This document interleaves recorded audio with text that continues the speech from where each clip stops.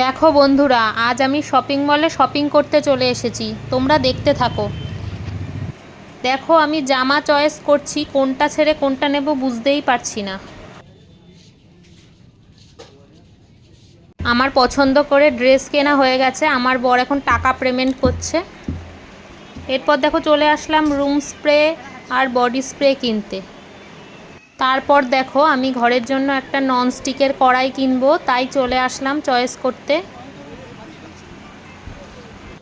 হাতল হাতল এর উপরেরটা দেখো। হ্যাঁ সেটা আছে। আর এইটা হয়ে যাচ্ছে অনেক ডিফারেন্স, এইটাই নিতে হবে তোমার। এবার আমরা রেস্টুরেন্টে যাচ্ছি, দেখি কি খাওয়া যায়।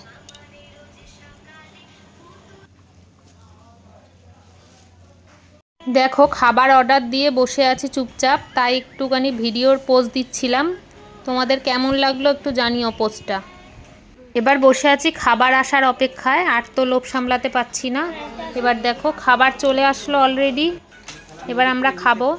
দেখো অলরেডি খাবার চলে আসলো, মিক্সড ফ্রাইড রাইস আর চিলি চিকেন।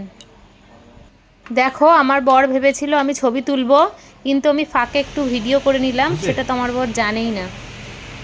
দেখো বাড়ি ফিরে আসলাম, বৃষ্টির মধ্যে পুরো ভিডিওটা তোমাদের সাথে শেয়ার করা হয়নি।